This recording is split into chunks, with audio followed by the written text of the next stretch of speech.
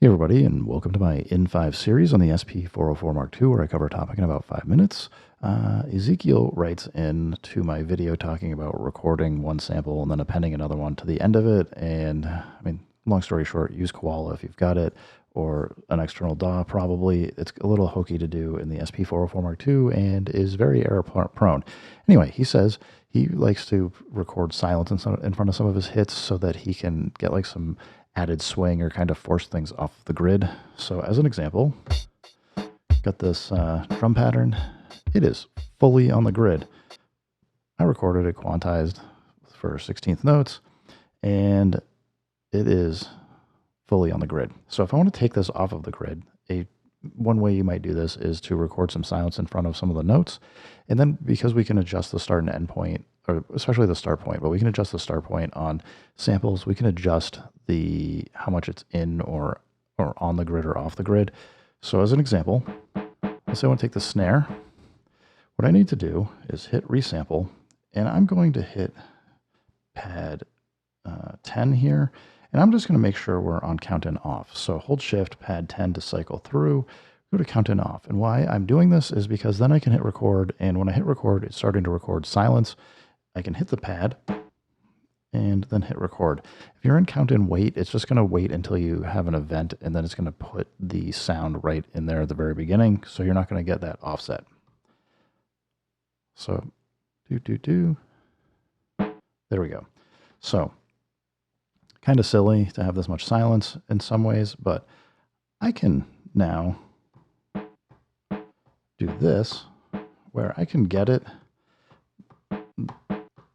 the start point, close to the beginning, or I can go like make it way late. Doesn't matter, but as you can see here, it's pretty much the same thing, but we got some silence. Now, if I want to take and switch this into the pattern, I just need to go shift and pad 5. I can exchange the two, hit copy. Now we've swapped them. If I go back and play this pattern, you can hear that snare. Let's turn gate off. The snare's not on the grid. And we can do the exact same thing with a crash. We just need to, again, we'll go resample, pad 11. We're already in count in off. So just hit record. We'll play the whole thing out. It's fine. And then we'll do this. We'll just switch things again. We're going to go shift, pad 5. We'll switch 5 and 11 and 15 here. We're now swapped. We'll tighten up the start time a little bit here, but we still want it to be off. So we've got that. Now a problem you're going to hopefully notice immediately is with gate on, I can tap this and it's not going to play anything. So this is where you're going to have to start thinking, like, what do we want to do? I'm going to actually start this playing. So we get that kind of like a little bit of a drunk snare. If we want to get this working, we have a couple options. One, we can try and tighten up where the start point is. I'm going to leave it so it's just behind a little bit.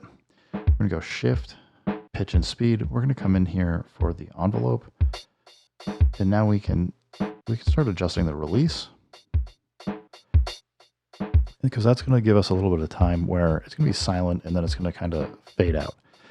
Obviously, this is changing the sound a bit, but I think if you're kind of in the, hey, I want to do some sound design, I want to throw things around a little bit, it can work. You can obviously also adjust like the gate and other things, but, or you can turn gate off, but obviously we have a full crash here. So we turn gate off. We're getting like a different sound. If you're going to go turn gate off, my suggestion would be to at least think about a few things. One, let's go back to start, exit. Let's exit out. Let's go back to start and end. Maybe we don't want this to play the whole time. We can select the components for how much we want here. And maybe even here, if we're doing it this way, at this point, we don't want the release or like a super short release, so that we just get like a little bit of a fade out so we don't have any clips. but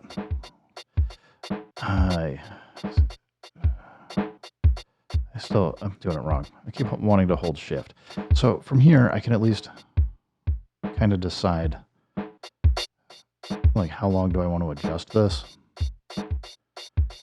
And you probably can hear, I mean, the hats aren't exactly on with the kick here, but we do have a lot of freedom to adjust just the start and end points for like how long we want this sample to play for or anything else. Anyway, Ezekiel, thank you for the comment. I really appreciate it. Everybody, thanks for stopping by. Keep making music, keep having fun. Remember, if it sounds good, it is good. And peace.